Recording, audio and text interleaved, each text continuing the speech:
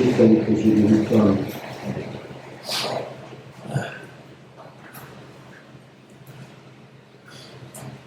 제가 먼저 읽겠습니다. 지존자의 은밀한 곳에 거주하여 전능자의 그늘 아래에 사는 자여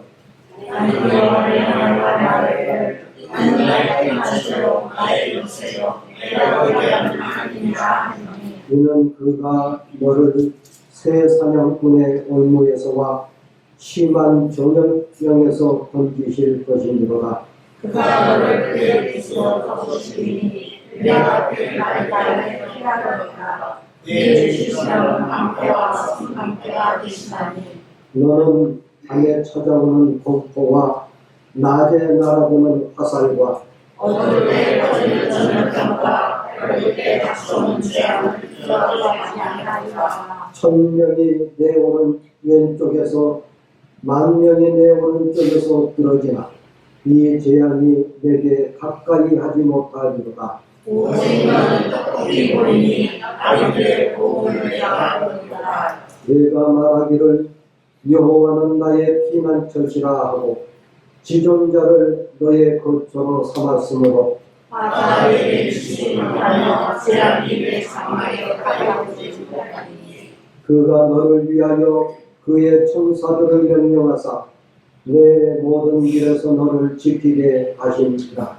그들이 그들의 손으로 너를 불러 발이 눈에 부딪히지 않게 하리라. 내가 사자와 독사를 밟으며 젊은 사자와 뱀을 발로 누르리로다. 하나님이 계시되 그가 나를 사랑하는 내가 그를 건지리라. 그가 내 이름을 안는 내가 그를 높이리라. 그가 내게 간구하리니 내가 그에게 응답하리라. 그들이 환난 당할 때에 내가 그와 함께하여 그를 건지고 영화롭게 하리라. 내가 그를 조사하며 그를 강력하게 하며 나의 구원을 그에게 보이자 하시리라. 아멘. 컨테이전이라고 하는 영화가 있습니다. 2011년, 10년 전에 개봉된 영화인데요. 미국 할리우드 영화 스티븐 소더버그라고 하는 감독이 만든 영화입니다. 이 영화는 전염된 창궐에서 사회가 순식간에 혼란에 빠져드는 상황을 박진감 있게 그려내고 있습니다. 잠깐만 접촉을 해도 감염이 되고 100% 치사율을 보이기 때문에 지구촌 곳곳에서 쓰러져 죽어가는 장면이 이 영화의 곳곳에 등장합니다. 이 영화는 지구촌 곳곳에서 느닷없이 이유도 없이 기침을 해대는 장면으로 시작이 됩니다. 외국 출장에서 돌아온 한 여인이 알 수 없는 이유로 심한 발작을 일으키면서 죽게 되고 그의 어린 아기도 번갈아서 같이 죽습니다. 한순간에 불행을 맞는 남편은 살인을 말해달라고 의사에게 무섭게 다그치지만 그러나 의사가 할 수 있는 말은 없었습니다. 얼마 지나지 않아 같은 증세를 보이는 환자가 기하급수적으로 늘어나게 되고 수많은 사람들이 떼기를 지어서 죽어나갑니다. 원인이 도대체 무엇일까요? 그 원인은 다국적 기업이 중국 공장을 짓기 위해서 산지를 배관하면서 발생하게 됩니다. 숲이 파괴되자 박쥐들이 떼를 지어서 소식지를 눕게 되면서 박쥐가 농가에 돼지우리로 날아듭니다. 박쥐의 분변을 돼지가 먹고 그 돼지를 도축한 고기를 주방장이 요리를 합니다. 주방장이 손을 씻지 않는 채 손님과 악수하면서 박쥐에게만 있었던 바이러스가 변이를 일으키면서 사람을 감염시킨다고 하는 영화입니다. 순식간에 전파가 되면서 수백만 명이 생명을 잃게 된다는 영화고요. 10년 전 나온 영화인데 어쩌면 지금 코로나19의 지금 현 상황을 그대로 묘사하고 있는지 소름이 끼칠 정도로 참으로 마치 예언이 나온 것 같은 그런 결과인 것을 우리가 보게 됩니다. 세계보건기구에 의하면 코로나19의 팬데믹 현상, 세계 대유행이라고 하는 이것이 올 것만 같다고 그렇게 말합니다. 하버드 대학교 교수인 마크 립시츠 교수는 이미 팬데믹 현상이 왔거나 팬데믹이 되는 증거가 늘어나고 있다고 그렇게 말을 하면서 앞으로 불과 1년 안에, 불과 얼마 안에 성인의 40% 내지 70%가 감염될 거라고는 예측을 하고 있습니다. 물론 전제가 있습니다. 효과적으로 통제하지 못할 경우에 그렇게 될 거라고 하는 거죠. 제 생각에는 그 전에 백신이 나오지 않을까 싶습니다. 우리나라에서 4월달쯤 되면 백신이 나온다는데 그게 이제 임상실험을 거친다면 아마 연말쯤에나 상용화 된다고 그러죠. 만일에 팬데믹 현상을 WHO에서 세계보건기구에서 선언을 하면 이 백신을 연구하고 만들어낸 저작권이 소멸이 됩니다. 그래서 그 어느 나라에서나 이걸 가져다가 만들 수가 있기 때문에 팬데믹을 선포하기가 상당히 어렵다는 말들도 들립니다. 분명한 것은 이 코로나19가 우리 사회에 던지는 메시지는 분명하다 하는 겁니다. 그게 뭘까요? 목사님 제가 볼 때는 인간의 나약함을 증명해주고 있는 것 같습니다. 인간이 얼마나 허망한 존재입니까? 바이러스 하나에 전 세계가 무너지고 있는 것을 우리가 보고 있습니다. 이성과 과학과 합리적인 세대라고 하는 젊은이들이 이만이라고 하는 늙은이에게 휘둘리고 있는 현상을 우리가 보고 있습니다. 그들은 그렇게 말하고 있지는 않지만 그들은 분명히 이만희를 재림 예수로 믿고 그렇게 따르고 있습니다. 참 기가 막힌 연습이 아닌가 싶습니다. 인간이라고 하는 존재가 그렇게 허망하고 나약한 존재라고 하는 것, 바이러스 하나의 전 세계가 무너지는 꼴을 보게 되고 이만이라고 하는 그 사람에 의해서 수많은 젊은이들이, 수십만 명의 젊은이들이 정신을 놓고 살고 있는 현상을 우리가 보고 있을 때 사람이 얼마나 나약한 존재고 험한 존재가 하는 것을 볼 수 있습니다. 정말 하나님을 의지해야 됩니다. 좀 더 지난주 표현을 가지고 말씀을 드리자면 까불지 말아야 되겠다 하는 생각이 자꾸 듭니다. 인간은 애초에 하나님을 의지하며 살도록 지음을 받았습니다. 하나님을 의지해야만이 생명이 존속되는 존재로 지음받았는데 하나님을 의지하지 않는 결과 이렇게 거품이 될 수 있다는 것은 코로나19가 우리들에게 던지는 메시지가 아닌가 싶습니다. 오늘 시편 91편 말씀을 보면 하나님을 의지할 때 어떤 결과가 오는지를 보여주고 있습니다. 오늘 본문 시편 91편은 누가 썼는지 알 수가 없습니다.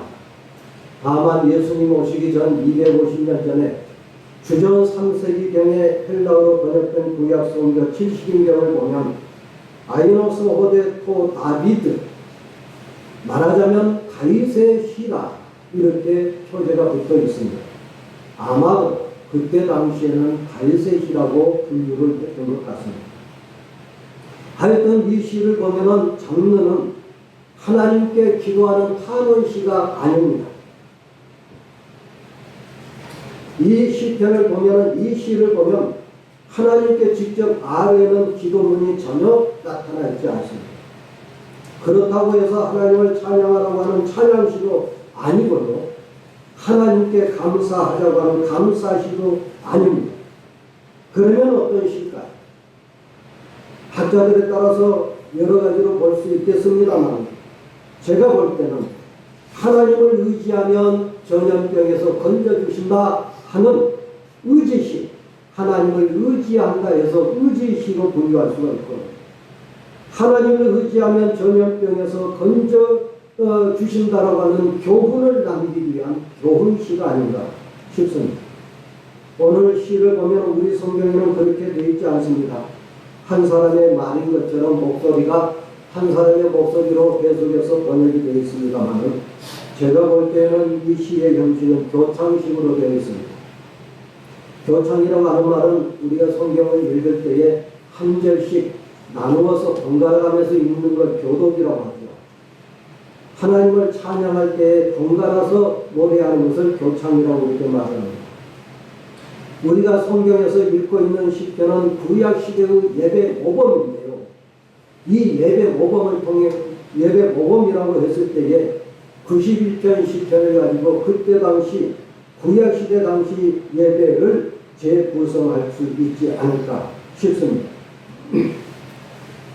일단 91편 1절 말씀을 읽다 보면 이런 상상을 하게 되는데 어떤 전염병에 직면한 예배자가 성전에 들어옴으로써 교창이 시작이 된다는 것이에요. 예배자가 성전에 들어오자 그를 맞이한 제사장이 축복하면서 기원을 하고 마침내 14절 이하에서는 하나님께서 응답해 주시는 그러한 구조로 되어 있는 것을 보게 됩니다.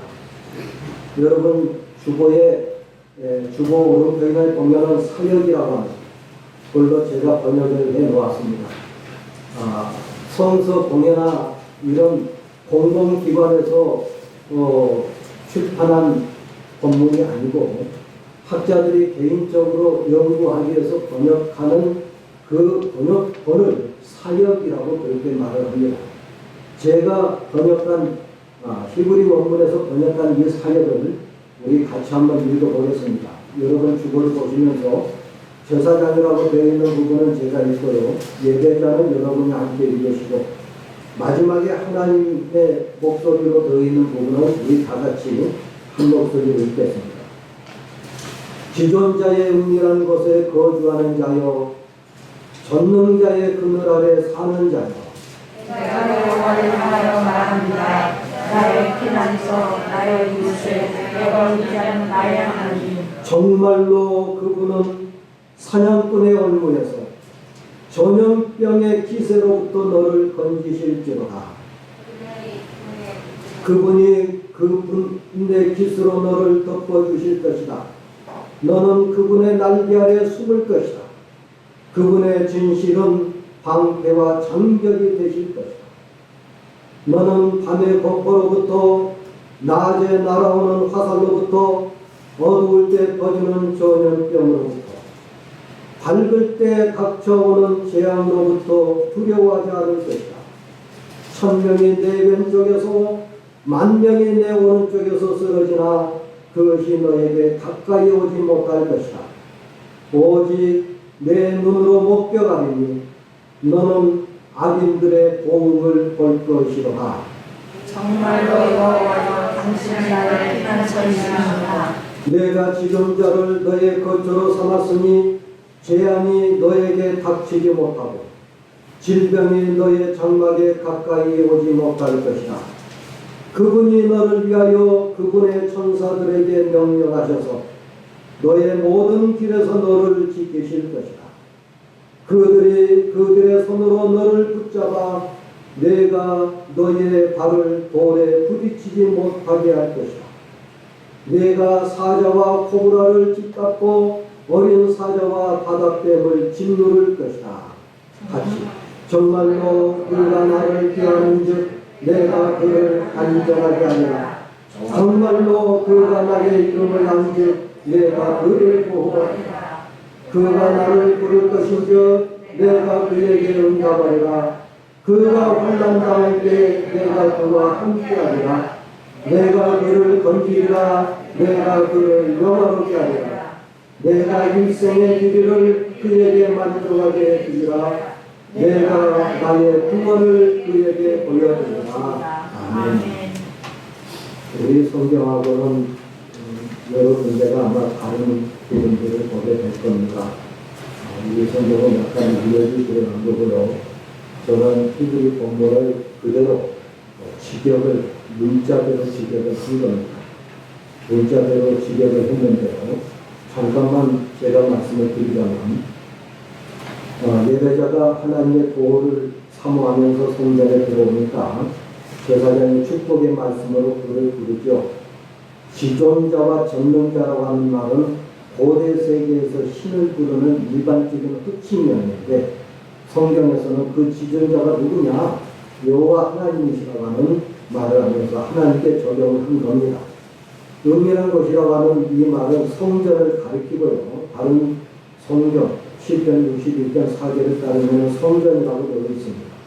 이제 그런 것들이 우리가 그런 것들을 볼 수가 있는데 그런데 약간 다르게 제가 번역을 한 거는 3절에 보면은 이는이라고 하는 우리말 성경에 이는은 이것은이 아니고 히브리어 접속사인데요. 왜냐하면으로도 읽을 수가 있고 강조용법으로 읽을 수가 있는 접속사입니다.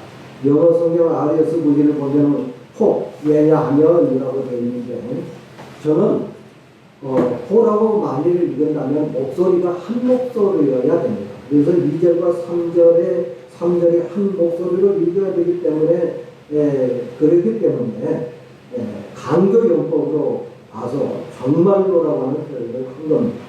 그렇게 하면 2절과 3절은 목소리가 다르게 된 거죠.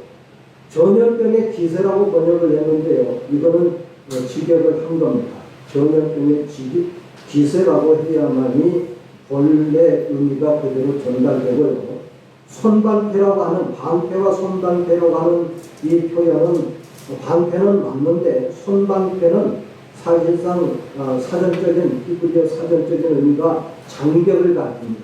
벽을 가리키거나 담을 가리키거나 장벽을 가리켜서 그대로 번역을 했습니다. 5절에 보면은 밤의 공포라고 하는 말이 나오는데요. 구약 시대 때 사람들은 밤에 활동하는 유령이 있다고 봤던 것 같습니다. 그 유령에 사로잡히면은 그 유령이 전염병을 감염시키면서 다닌다는 거죠. 그리고 낮에 날아오는 화살이라고 하는 말이 있습니다. 낮에 오는 화살이라고 하는 이 말은 군사적인 표현이고 무기를 가리키는 말입니다만은 고대 팔레스틴에서는 일사병으로 낮에 그냥 팍팍 쓰러져 가는 그런 모습들을 보면서 낮에 날아오는 화살에 맞았다 이렇게 생각을 했던 것 같아요.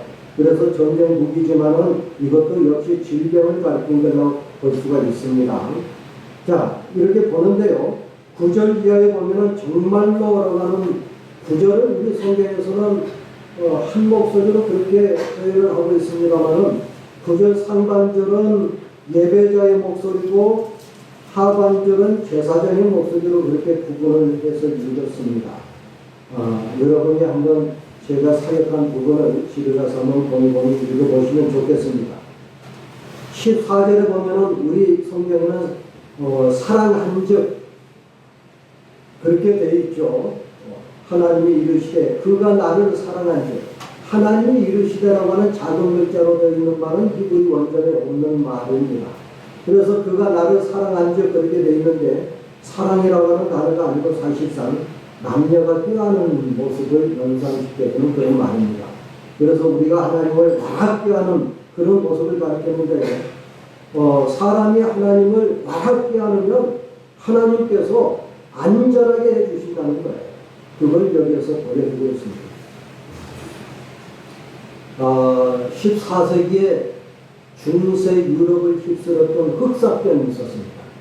이 흑사병은 중앙아시아에서 시작되었다고 봅니다.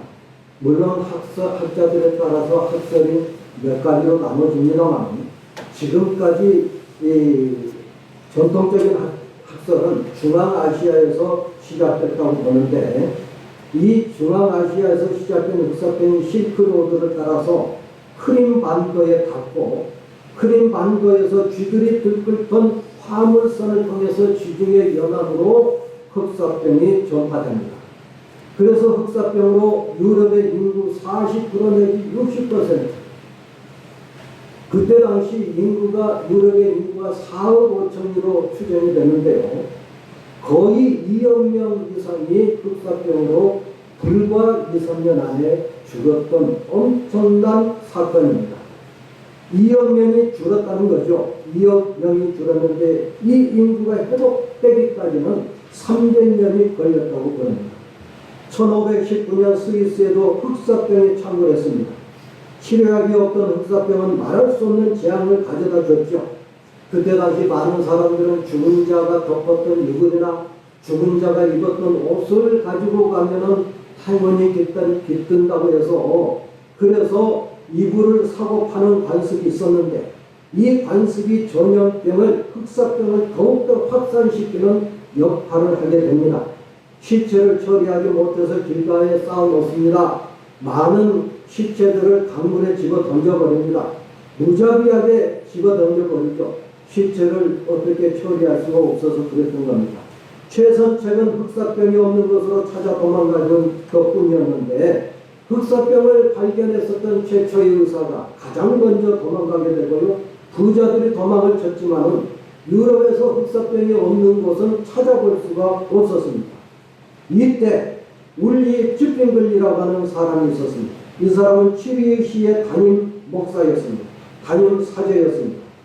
그는 그때 당시 바더 페퍼스라고 하는 곳에서 치료하고 있었는데 자기가 사역하고 있는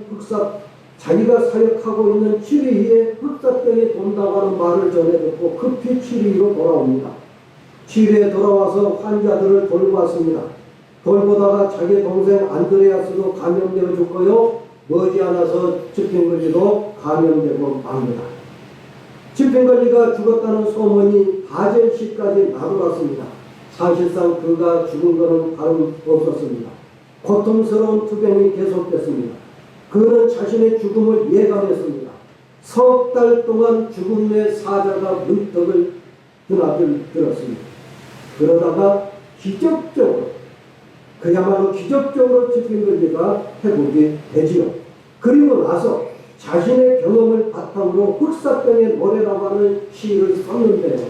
이 노랫말이 스위스와 독일 현대 개신교에서 찬송가집에 수록되어서 지금까지 불려지고 있다고 합니다. 1절부터 3절까지 되어 있는데요. 1절은 투병 초기의 상황을 묘사하고 있고요.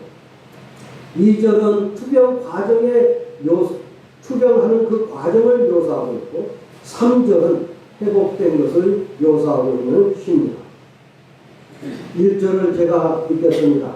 주 하나님이여 공경 속에 있는 나를 도와주소서. 죽음이 문 앞에 온 것만 같습니다. 그리스도여 당신은 죽음에 대항하여 이기셨습니다. 이것이 당신의 뜻인지 저는 당신에게 부르짖습니다. 저를 죽이시는 이 화살을 빼주시기를. 제가 살 수 있는 시간이 얼마 없습니다. 저에게 안식 주시기를. 주님, 저를 죽게 하시렵니까? 저는 삶의 한가운데서 어떤 것도 받아들일 수 있습니다. 당신이 원하시는 대로 하시기를. 저는 당신의 질그릇입니다. 만드시든지 아니면 부수어 버리소서. 설령 당신이 이 땅에서 제 영혼을 가져가신다 하더라도 당신은 제 영혼의 상태를 더 악화시키지 않을 것이며 혹은 다른 사람의 삶에 오점이 되도록 하지 않겠지요. 이렇게 노랫말을 짓고 있습니다. 쥐핑글리는 흑사병 앞에서 인간이 얼마나 나약한 존재인지를 똑똑하게 보았습니다. 그리고 로마서 9장 말씀에 따라서 하나님을 토기장이요 자신은 연약한 질그릇이라고 고백을 하고 있습니다. 인간인 자신은 깨질 수밖에 없는 질그릇이라고 하는 겁니다. 질그릇을 만드신 하나님께서 무참하게 깨뜨려 버릴 수 있다고 고백하고 있는 겁니다. 지금까지 쥐핑글리는 낙관론을 가지고 있었습니다. 인간에 대한 낙관적인 희망을 가지고 있었는데 이것을 버렸습니다. 그리고 인간은 너무나 연약한 존재요 나약한 존재라고 하는 것을 목격하면서 오직 한 분이신 여호와 하나님만이 절대적 주권을 가지신 분이요 그분이 나를 살리시든 나를 부숴버리시든 하실 수 있다고 그렇게 고백하고 있는 겁니다. 2절은 투병하는 동안을 두고 있는데요. 이렇게 노래하고 있습니다. 주 하나님이여 나를 위로하여 주소서. 병은 갈수록 심해지고 고통과 두려움이 내 육신을 사로잡습니다. 저의 유일한 위로자시여 저를 도와주시고 은총을 베푸소서. 마음의 소원과 소망을 당신께 두며 온갖 유익과 손실을 하찮게 여기는 모든 일을 구원하시는 주님이시지 않습니까? 이제 모든 것이 끝났습니다. 내 혀는 말문이 막혀 한마디 말도 할 수 없습니다. 나의 감각은 전부 말라 죽었습니다. 그러니 이제부터 당신이 나의 싸움을 싸우실 때입니다. 저는 미쳐 날뛰는 저 악한 무법자에게 저항할 힘이 없습니다. 저는 오직 당신만 신실하게 의지합니다.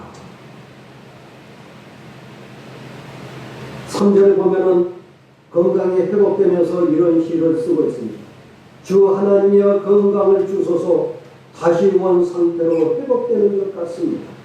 당신은 이 땅에서 더 이상 죄가 지배하지 않도록 하실 것이기에 제 입술은 당신을 찬양합니다. 앞으로 당신의 가르침을 이전보다 더 많이 선포하렵니다. 어떤 속임수도 없이 순수하게 때를 얻든지 못 얻든지 얼마나 제가 죽음의 형벌로 인하여 고통을 받았는지 엄청난 고통이었습니다. 그때 저는 죽은 거나 다름없었습니다. 앞으로 하늘의 보상을 기뻐하며 이 세상 안에서 저항할 것입니다. 오직 당신의 도움으로 인하여 완전해질 수 있습니다. 저비물리는 자신의 생명이 하나님의 것임을 알았습니다. 이제 앞뒤를 재면서 적당하게 가톨릭 교회와 타협할 일이 아니라 목숨을 내놓고 하나님의 뜻을 따르겠다고 다짐을 한 것입니다. 사람을 두려워하는 자가 아니라 하나님을 두려워하는 자, 하나님만 바라보면서 앞으로 나아가겠다고 다짐을 하지요. 그리고 자신의 결심대로 종교 계획을 일으킵니다. 이제부터 타협하는 인문주의자가 아니라 확실한 종교 개혁자로 거듭난 것입니다. 그는 하나님을 절대적으로 신뢰했습니다. 우리가 흔히 이런 말을 하지요. 오직 하나님의 영광, 솔라데오 글로리아라고 하는 이 말이 바로 스핑글리에게서부터 시작이 됐습니다.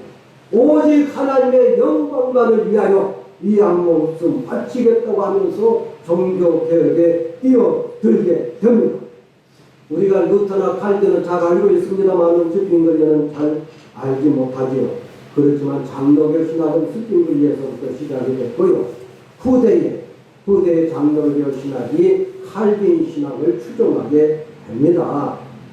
루터와 칼빈, 스핑글리는 종교개혁의 3대 인물로 그렇게 알려지고 있습니다. 말씀을 마치겠습니다. 여러분 다시 컨테이전, 영화 컨테이전을 한번 생각해 보겠습니다.